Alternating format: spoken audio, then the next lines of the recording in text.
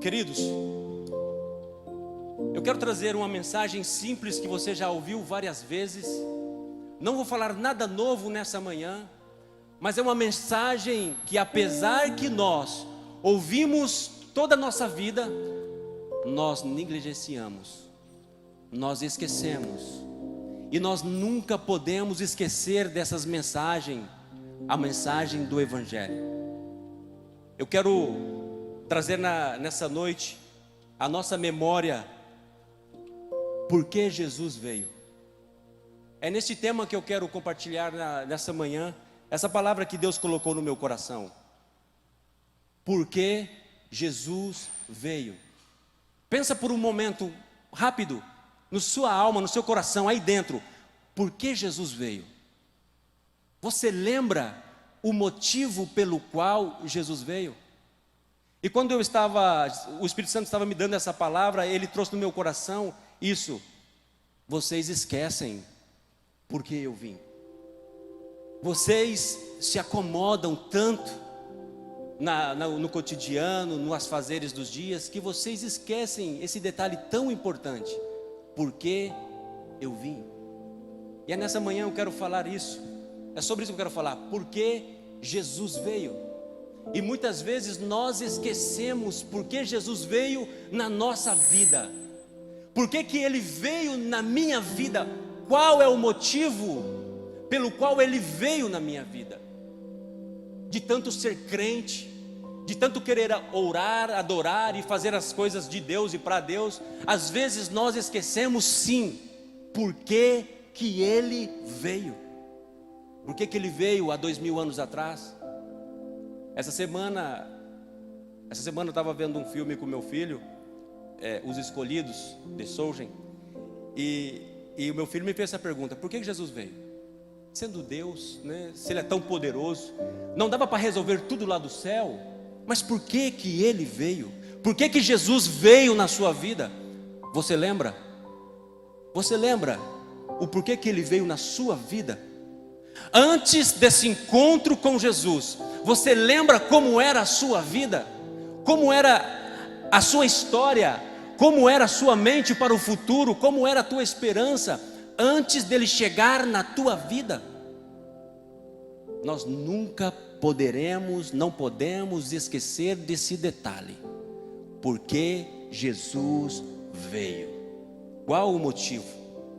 Abra sua Bíblia em Lucas capítulo 4, nós vamos ver o motivo pelo qual Jesus veio.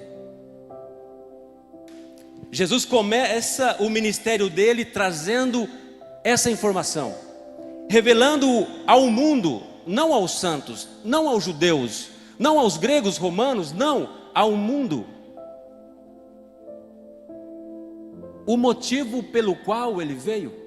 Nós vamos ler aqui agora o motivo pelo qual ele veio. Lucas capítulo 4, do 16 ao 21, nós vamos ler. E eu quero que você preste bastante atenção nos detalhes da Escritura. E preste atenção nos detalhes da tua vida também. Feche teus olhos antes de ler a palavra, vamos orar. Peça ao Espírito Santo de Deus abrir a sua mente nessa manhã, para que Ele possa revelar as Escrituras no teu coração, para que essa palavra possa arder no teu coração, trazer entendimento, trazer fé, edificação, esperança e poder para vencer o pecado. Espírito Santo, nós entregamos agora o nosso coração e esses próximos minutos a Ti, Espírito Santo. Que seja o Senhor ministrando essa palavra no coração. Que seja o Senhor ministrando o nosso coração, sensibilizando o nosso coração para a palavra. Que essa palavra nos faça livres nessa manhã. Que essa palavra edifique. Que essa palavra nos traga fé. Que essa palavra cumpra o propósito pelo qual ela está escrita. No nome de Jesus. Amém. Diz assim, amados: Jesus veio para Nazaré, aonde havia sido criado, e conforme o seu costume, conforme o seu costume, num dia de sábado, entrou na sinagoga e posicionou-se em pé para fazer a leitura. Ponto. Eu quero deixar isso aqui no seu coração. Eu quero deixar isso aqui no coração de vocês que batizaram. Jesus tinha um costume. Ele ia toda semana na igreja. É o que está escrito. Era costume de Jesus. Só que nós perdemos esse costume. Por que Jesus veio? Está revelado aqui. É necessário. Se Ele fazia como Deus, por que nós deixamos de fazer? Como costume, todos os sábados, entrou na sinagoga, posicionou-se em pé, e foi-lhe entregue o livro do profeta Isaías. Desenrolando o livro, o achou o lugar onde está escrito. Ainda está escrito. Você pode abrir a sua Bíblia lá em Isaías, ainda está escrito. Não estava, ainda está. E diz assim, agora ele vai revelar o motivo pelo qual ele veio. Ele está começando o ministério dele. O Espírito do Senhor está sobre mim, porque me ungiu o Senhor para pregar o Evangelho aos pobres. Aos pobres. Ele me enviou para proclamar a libertação dos aprisionados e a recuperação da vista aos cegos, para restituir liberdade aos oprimidos e proclamar o ano aceitável do Senhor. Em seguida ele enrolou novamente o livro, devolveu ao assistente e assentou-se. E na sinagoga todos estavam de olhos fixos em sua pessoa. Então ele começou a pregar-lhes: hoje se cumpriu essa escritura diante dos teus olhos. Amém. Hoje se cumpriu esta escritura diante de vocês. Aqui Jesus agora, ele revelou qual o motivo que ele veio. Qual o motivo? Está escrito aqui. É só você parar e ler com atenção, com os olhos do Espírito, você vai entender. Em primeiro lugar, ele revela aqui as razões pelo qual ele veio. E amado, e não tem nenhuma participação do homem. Você vai ver, não tem nenhum convite do homem. Tudo veio do céu. Tudo partiu do céu. Tudo começou no céu. Ele diz assim: o Senhor, está falando do Pai, o Senhor está sobre mim, o Espírito do Senhor está sobre mim, porque o Senhor me ungiu. A palavra ungiu é a palavra enviado. No grego é a palavra Cristo. Deus me enviou. Por que que Jesus veio? Porque Deus enviou. Essa é a primeira razão pelo qual Jesus veio. Porque Deus, o próprio Deus, o enviou. E por que Deus enviou? Por amor. Simplesmente por amor. Aos homens, não aos judeus, aos homens de toda raça, língua, tribo e nação. Por amor. Romanos 5:8 diz assim: porém, Deus comprova o seu amor para conosco, pelo fato de Cristo ter morrido em nosso benefício, quando ainda éramos pecadores. O 9 diz assim: agora, como fomos justificados por seu sangue, também seremos salvos da ira de Deus. Nesse versículo de Romanos fala do amor e fala da ira. Por que Jesus veio? Por causa do amor de Deus. E mais, por que Jesus veio? Para que nós fôssemos justificados e livres da ira de Deus. Amor e ira vai vir sobre o mundo, sobre todos os seres humanos que já viveram, que vivem hoje ou que vão nascer. O amor de Deus virá sobre todos eles, mas a ira de Deus também. Mas antes da ira, Ele enviou o amor. Por que que Jesus veio? Por amor. para nos livrar dessa ira. Essa ira que um dia vai vir sobre os homens, sobre essa terra. A segunda razão, ele diz assim: me ungiu, me enviou por amor, para pregar o evangelho, boas notícias, aos pobres. É a primeira situação do homem, pobreza. Mas aqui, quando eu olho no grego, eu fui olhar no grego para ver qual é a conotação, é a palavra pitoros. O que significa essa palavra pobre no grego? O que Jesus falou ali, quando os discípulos escreveu? A palavra pobre é a condição espiritual. Por que Jesus veio? Porque agora nós vamos ver qual é a condição do homem. Jesus veio porque esta é a nossa condição quando nascemos. Pobre significa isso aqui, ó: destituído de posição, destituído de honra, destituído de riqueza, herança, orfandade. O homem estava sem pai, o homem estava sem herança, destituído de toda providência, desamparado, impotente, necessitado em todo sentido. Pobre que incita a compaixão por ter sido alvo de uma desgraça. Uau! Pobre incita ter compaixão por ter sido alvo de uma desgraça. Perdeu tudo o que tinha. É só você ler a Bíblia lá em Gênesis. Essa não é a condição que Deus criou o homem. Essa é a condição que o homem está. Previsto de toda a providência de Deus. O homem, ele foi roubado pelo diabo. O diabo conseguiu roubar tudo que ele tinha. O homem está nessa situação. O homem é pobre. Por que Jesus veio? Porque nós somos pobres. Você pode ter todo o dinheiro do mundo, mas não vai poder comprar nada para a sua alma.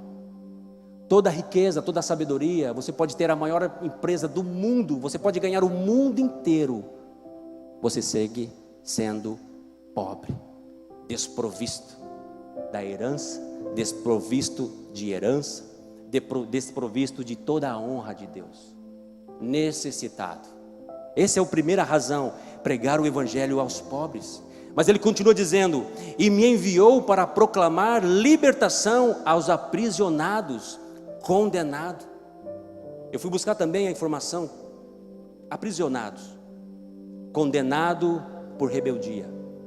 Nós estamos presos, sim, como aquelas pessoas que estão nas cárceres.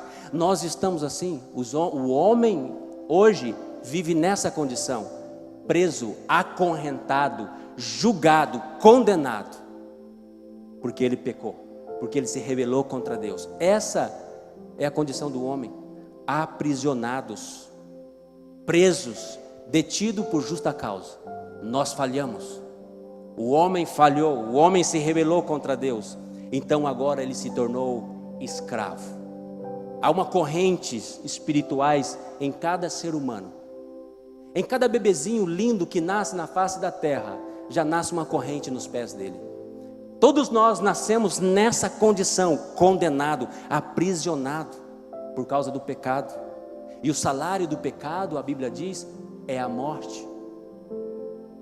Jesus disse em João 8,34: todo aquele que pratica o pecado se torna escravo do pecado. Todo aquele que pratica o pecado se torna escravo do pecado. Adão pecou, ele se tornou escravo do pecado, e por isso o pecado chegou até nós. Eu sei que você não tem nada a ver com Adão, eu sei que você não tem culpa. Talvez você pensaria: se fosse eu, não comeria. Eu sei, você aí não tem culpa, mas você é descendente de Adão. Nós somos a raça de Adão, e por isso a morte e o pecado chegou até nós também. E por isso o homem está condenado ao inferno. Por isso Jesus veio proclamar libertação aos que estão aprisionados. Mas aqui também está dizendo: e a recuperação da vista ao cego. Olha que interessante, olha que tesouro que Jesus está revelando aqui. Por que Jesus veio? Porque essa é a nossa condição. Essa é a condição do homem pobre, aprisionado e cego. Cego. A palavra cego aqui é a palavra tulos, mentalmente cego. Não que ele perdeu a vista, não que nós não podemos ver o visível. Sim, nós não vemos o invisível. Nós não vemos o mais importante, que é o espiritual. O homem, ele já nasce nessa condição. Ele não consegue ver a luz. Cego, incapaz de ver a luz. Cego, mentalmente cego, vive em trevas, sem visão. É por isso que o Espírito Santo é Ele que convence o mundo de pecado. Se não fosse o Espírito Santo, ninguém se converteria. É o Espírito Santo que fala no teu coração. É o Espírito Santo que te fala: olha, está errado, não faz isso, faz assim. É o Espírito Santo que, quando nós ouvimos a palavra por primeira vez, Ele te convence, Ele diz: esta é a verdade. Esta é a verdade. O Espírito Santo nos convence com a verdade de Deus. Por quê, pastor? Porque nós nascemos nessa condição, cegos e espirituais. É por isso que Jesus veio, porque nós, o homem, estava preso, pobre e cego. Esse é o motivo, a condição humana.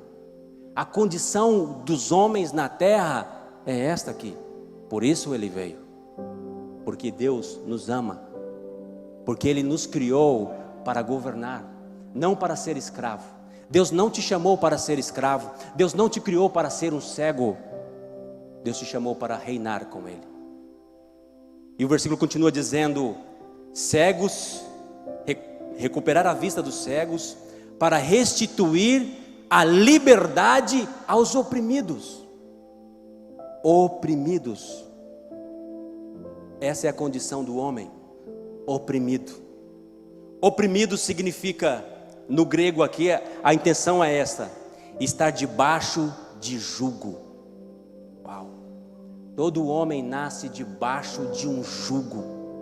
Estar encurvado, tornar-se baixo, condição de humilhado, abatido. O homem vive debaixo de um jugo muito, muito pesado.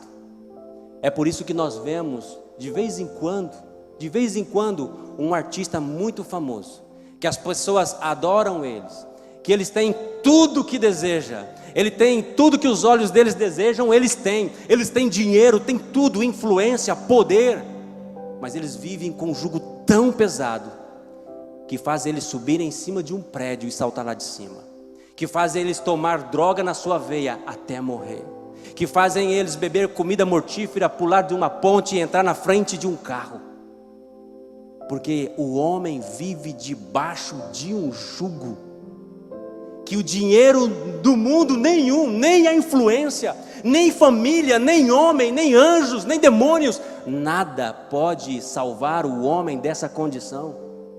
É por isso que pessoas se suicidam, é por isso que pessoas entram em depressão, apesar que tem tudo, apesar até que tem uma família perfeita, apesar que tem o trabalho que desejou, apesar que se formou naquilo que ele tanto sonhou, apesar que abriu a empresa, ele se dá conta que nem empresa, nem negócio, nem sabedoria, nada tira esse jugo de cima dele. Não existe medicamento, não existe médico que consegue tirar esse jugo de cima do homem, porque o homem nasce oprimido. Esse é o motivo pelo qual Jesus veio. Esse é o motivo. Eu vivia nessa situação, você vivia nessa situação. Nós éramos pobres, aprisionados, cegos, e havia um jugo sobre nós, que abaixava a nossa cabeça e não deixava nós levantarmos o rosto. Mas Jesus veio, e Jesus veio mudar a situação. Ele veio por causa da condição do homem. Mateus 11:28, o próprio Jesus diz assim: vinde a mim, todos. Uau, que maravilha! Essa palavra todos já tem que trazer alegria no coração de todos os homens. Vinde a mim, todos. Não os santos, não os perfeitos, não aqueles que tentam fazer as coisas boas, não, é todos. Estais cansados de carregar suas pesadas cargas. Ah, amados, sem Jesus não dá para viver. Sem Jesus não dá para viver. Você pode ser importante, mas não dá para viver. Você não vive com a empresa que você abre, você não vive com o seu esposo, você não vive com a sua família. Sem Jesus não dá. Porque o homem, ele carrega uma carga muito pesada. E diz assim: e eu vos darei descanso. Só Jesus, eu. O bom aqui é que ele está falando em primeira pessoa, é eu. Não vai ser o pastor, não vai ser seu líder, não vai ser uma religião. Vai ser eu. Eu. É eu que vou estar com você todos os dias, até a consumação dos séculos, tirando esse jugo de cima da sua cabeça. É eu. Jesus veio por isso, para tirar esse jugo de cima de nós, e só Ele pode fazer isso. E nós nunca podemos esquecer disso. Você era pobre, preso, miserável, aprisionado e oprimido. Jesus veio por isso na sua vida. O homem se corrompeu. Salmo 8, do 4 ao 8. Vamos ver aqui qual foi a condição que Deus fez o homem. Salmo 8 é um paralelo de Gênesis 1, 26. É um paralelo. Aqui nós vamos ver a proposta de Deus para os homens. Aqui nós vamos ver a intenção de Deus para os homens. O que Deus quer para você? Como que Deus pensa em você aqui na terra? É isso aqui, ó. Pergunto: o que é o homem para que ele te importe? Deus te importa. Deus se importa com você. O que é o homem para que ele te importe? E o filho de Adão para que venha visitá-lo? Tu o fizeste um pouco menor do que os anjos, e o coroaste de glória e honra. Aleluia. Deus não me fez cego. Deus não te fez oprimido, miserável. Deus não te fez assim. Ele te coroou de glória e de honra quando te criou. Tu o fizeste dominar sobre as obras das tuas mãos. Tudo, olha o que Deus colocou debaixo de nós. Tudo sujeitaste debaixo dos seus pés. Todos os rebanhos e manadas, os animais selvagens também, as aves do céu, os peixes do oceano, tudo que percorre as correntes marítimas. O Senhor, nosso soberano Deus, é majestoso, e o teu nome por toda a terra. E o teu nome por toda a terra. Este é o homem que Deus fez, e Deus disse para Adão: enche a terra, multiplique e frutifique, enche a terra de homens como eu. Eu te coroei de glória e honra. Mas Jesus veio em outra situação. Agora a situação do homem não é essa. Não há glória, não há honra, não há esperança. É tudo ao contrário. O homem é cego, o homem é escravo, o homem está aprisionado, o homem não tem herança, o homem está sem esperança. Uma má notícia. Romanos 5:12. O pecado entrou no mundo através de um homem, e pelo pecado a morte, assim também a morte foi legada a todos os homens. Má notícia. Portanto, todos nós pecamos, e todos nós estamos destituídos da glória de Deus. Má notícia. Por que Jesus veio? Essa é a radiografia do homem. Lucas 4,16, que nós estamos lendo, é a radiografia da nossa alma. Porque um pecou, entrou o pecado e a morte, todos nós fomos destituídos. Agora Jesus vem trazendo uma boa notícia. Esse texto que nós estamos lendo, o Espírito do Senhor está sobre mim, porque o Senhor me enviou para pregar o Evangelho boas novas, boas notícias. Jesus veio, é uma boa notícia. Aquele que não cometeu pecado, Deus se fez pecado, para que nele, em Jesus Cristo, nós fôssemos justificados e feito justiça de Deus. Por que que ele veio? Porque essa é a nossa condição, trazendo o Evangelho, uma notícia que transforma, que restitui, recuperação da vista ao cego e para restituir tudo que o diabo roubou. Jesus disse: eu vim para que vocês tenham vida e vida em abundância. Porque o diabo, ele veio para roubar, matar e destruir tudo que você tem, todos os teus sonhos, os teus filhos, os teus planos, o diabo quer destruir. Mas Jesus veio para que você e eu tenhamos essa vida coroada de favor, de glória de Deus, uma vida abundante. A melhor notícia de todos os tempos para o mundo, o Evangelho. O Evangelho é isso aqui, ó. Ele transforma, ele restitui e ele mostra a condição dos homens. Boas notícias. 2 Coríntios 8, 9. Pois conheceis a graça do nosso Senhor Jesus Cristo, que sendo rico, pois conheceis a graça do nosso Senhor Jesus Cristo, que sendo rico, tornou-se pobre. Ele era rico. Todo o universo, o céu, a terra, tudo criado era dele. Mas pela graça, ele se tornou pobre por vossa causa. Pobre por minha causa, para que fôssemos ricos pela sua pobreza. Ele era rico, se tornou pobre, para que nós, na sua pobreza, nos tornássemos ricos novamente. Em tudo, algumas traduções dizem, em tudo fosse enriquecido. Por que que Jesus veio? Trazendo o Evangelho que transforma pobres em ricos para com Deus, para restituir tudo que o diabo roubou, para restituir a herança que o diabo levou de nós, um reino. Para isso ele veio, para restaurar a vista dos cegos, para restituir tudo que foi perdido. Eu vim para que tenha vida e vida em abundância. O Evangelho é isso.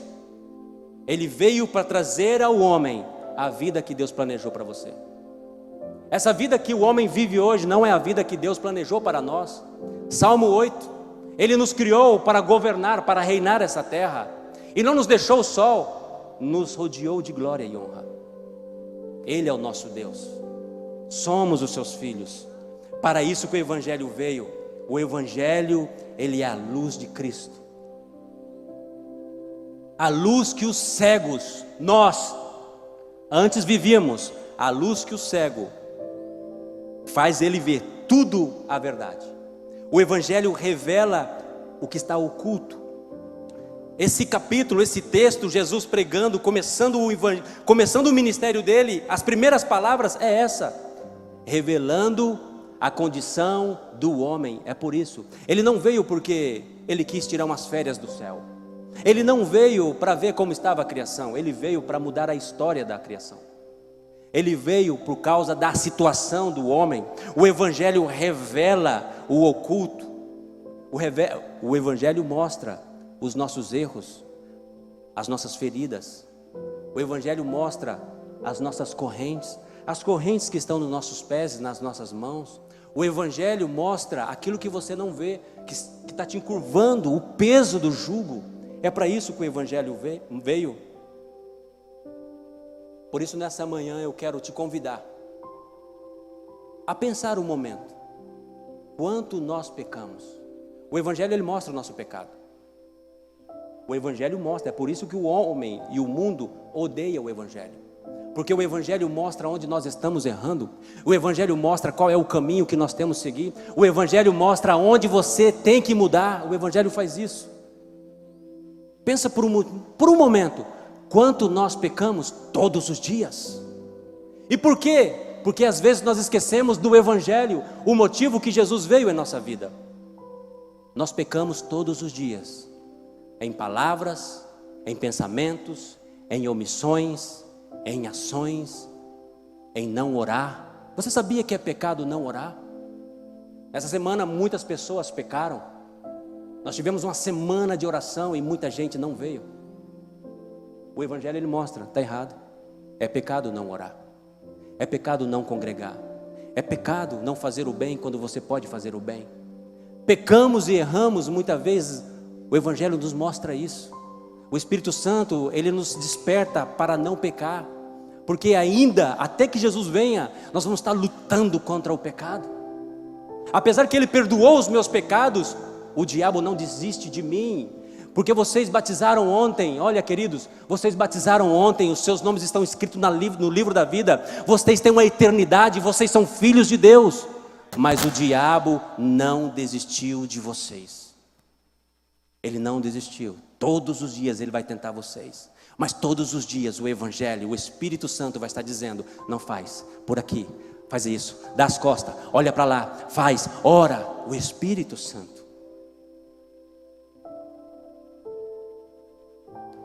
O Evangelho transforma, amém? Foi por isso que Jesus veio. Ele transformou a nossa vida. O Evangelho mudou a nossa história e a nossa eternidade. O Evangelho é luz para aqueles que estão nas trevas. E eu quero terminar lendo Apocalipse 3,17. Porque o Evangelho também é para os evangélicos. O Evangelho também é para os evangélicos. Essa semana, quando o Senhor colocou essa porção no meu coração, o Espírito Santo estava ministrando isso no meu coração. Você esquece muitas vezes de mim. Você esquece porque Jesus veio. Por que você esquece? Por que você faz essas coisas que não deveria fazer? Você faz porque você esquece. Você não pode esquecer o princípio do Evangelho. Aí está a palavra de Deus.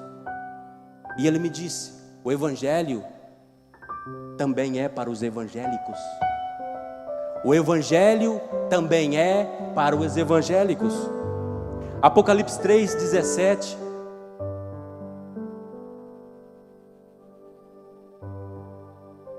Deus escreve uma carta para a igreja.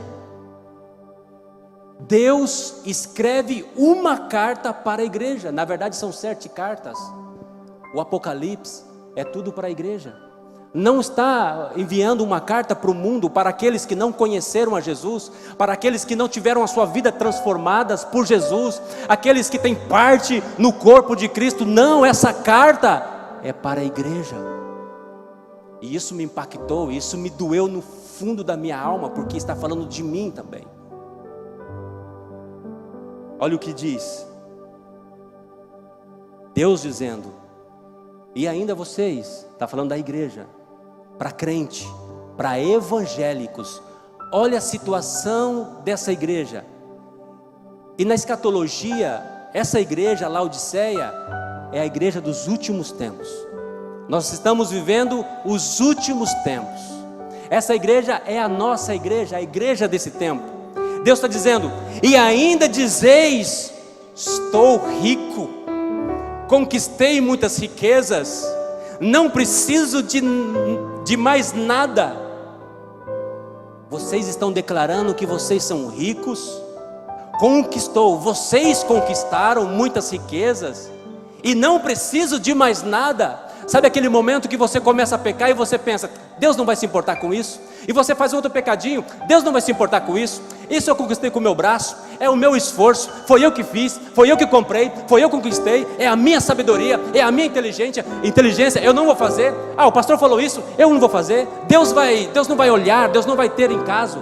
Não, amados, a igreja está dizendo: vocês estão independentes já, é uma igreja.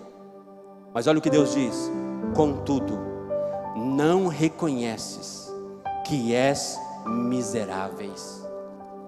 Não reconheces que é miserável, digno de compaixão, pobreza. Pobre, cego e que está nu. Uma igreja que perdeu a comunhão. Uma igreja. O evangelho também é para os evangélicos. Por isso que eu disse no princípio, às vezes nós esquecemos dos princípios, dos estatutos, da palavra de Deus. E nós não podemos esquecer, Deus não vai dar por justo o pecador, Deus não vai passar por cima cada pecadinho nosso. Deus não vai passar. E a igreja, Deus está falando para a igreja, vocês são miseráveis. Na tradução normal diz, vocês estão desgraçados, pobres, cegos e nus. Uma igreja. A igreja anterior, Deus também escreve, vocês têm nome do que vivem, mas vocês estão mortos. Uau! Isso tem que chacoalhar a nossa alma. É Deus escrevendo para uma igreja, Deus apresentando o evangelho para os evangélicos. Deus está apresentando o evangelho para os evangélicos. Vocês têm nome de que vivem, mas vocês para mim estão mortos. Vocês estão mortos. O evangelho mostra o nosso pecado todos os dias. O evangelho mostra sim a nossa falta de responsabilidade com a palavra, com a igreja. O evangelho mostra. Mas o evangelho também mostra a saída. O evangelho põe o dedo na sua ferida, para que você perceba que ali tem uma ferida. Mas ele também é o bálsamo que cura essa ferida. Ele é a porta que leva ao perdão. Ele também restaura os evangélicos. Por isso ele diz assim, ó, vocês que estão mortos, arrependem do seu pecado e volta às primeiras palavras. Lembra daquilo que foi ensinado para vocês e comecem a praticar as primeiras obras. O evangelho é o anúncio de perdão. Porque nesse texto que nós lemos,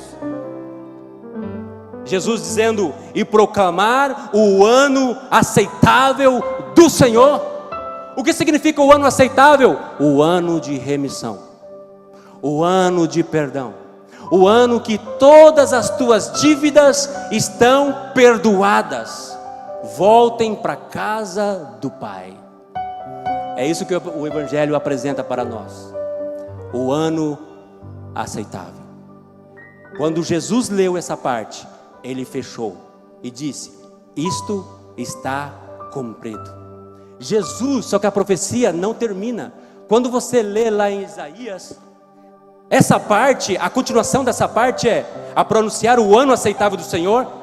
Jesus fecha o livro e disse, essa parte, essa profecia se cumpriu diante dos seus olhos. O ano aceitável do Senhor começou. Mas a profecia continua dizendo assim, a proclamar o dia da vingança do Senhor, para consolar os que choram. Essa parte da ira do Senhor ainda não veio. Quando vai vir essa parte? Quando o ano aceitável fechar. Ano significa um tempo. O ano significa um tempo. O ano aceitável vem do jeito que você se encontra. E o evangelho, o Espírito Santo vai te transformar. Deus te recebe do jeito que você está. E o evangelho, o Espírito Santo, ele faz a mudança. Esse ano, ele tem um fim. Esse ano é temporal, não é eterno. Não é a eternidade aceitável do Senhor. O tempo da eternidade aceitável do Senhor, não, é um ano. Todo ano tem um começo e tem um fim. E a natureza, a terra e a ciência nos está mostrando todos os dias, na televisão e nos púlpitos, Jesus vem. Já é a meia-noite. A qualquer momento Jesus vem. E ele diz nessa manhã, arrepende dos teus pecados. Lembra onde você caiu e começa a praticar as primeiras obras. Vocês dizem que são ricos, mas vocês são pobres, desgraçados e nus. Mas eu vos aconselho, compra de mim ouro puro. Ouro puro é a palavra de Deus. A palavra de Deus hoje está aqui, ó, à nossa disposição. Você pode alcançar a palavra de Deus. É o ouro puro, é a roupa, é a veste de linho finíssima. Ele aconselha a essa igreja a voltar aos princípios, rudimentos da palavra de Deus. Compra de mim ouro puro, para que vocês possam tornar-se riquíssimo. Amém? Vamos dar um forte aplauso ao Senhor. Aleluia! Obrigado, meu Deus.